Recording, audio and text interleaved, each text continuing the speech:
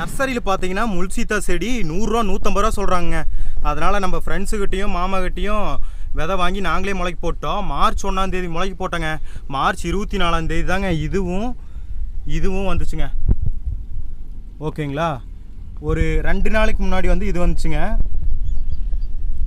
இப்போ ரீசெண்டாக நீ பாருங்க முளைக்கு போகிறது பாருங்க எப்படி இருக்குது பாருங்க. இது வந்து ஒரு நாளைக்கோ அது மாதிரி வந்து கொஞ்சம் மேலே வந்துருங்க இது மாதிரி. ஓகேங்களா, சரி எப்படியோ காசு மிச்சங்க நம்மளே முளைக்கு போட்டங்காட்டி. ஆனால் 2 வாரத்துலேயே வரும்னு சொல்லியிருந்தாங்க. ஆனால் நம்மளுக்கு 24 நாள் கழிச்சு தான் வந்துச்சு. பட் இப்போ பாருங்கள் எப்படி வந்திருக்குன்னு, செமையாக இருக்குங்க. நம்ம சோலாரில் பார்த்தீங்கன்னா மதியம் 3 மணிக்கு எவ்வளோ தண்ணி எடுக்குன்னா இவ்வளோ தண்ணி எடுக்குங்க. நம்ம காட்டில் போர் போட்டு வச்ச வாழையிலேயே இது தாங்க ஃபஸ்ட்டு ஈனுச்சுங்க. அதுக்கப்புறம் செகண்ட் வந்து இதுங்க.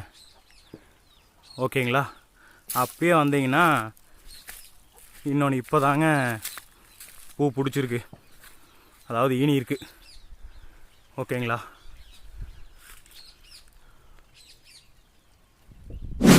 தட்டெல்லாம் ஜம்முன்னு வந்துருச்சுங்க.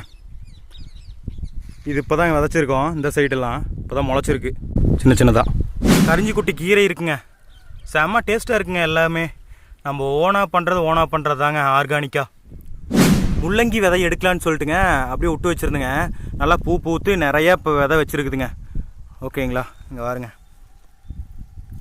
நிறைய வச்சுருக்குதுங்க. 3, 2, 1 தாங்க அதிகமாக இருக்குது. ஓகேங்களா, அது மாதிரி நிறையா இருக்குது. உங்களுக்கு விதை வேணும்னா கண்டிப்பாக நம்மளை காண்டாக்ட் பண்ணுங்கள். ஓகேங்களா, இது கீரை வேறு எது வேணாலும் காண்டாக்ட் பண்ணுங்கள். Okay, tata.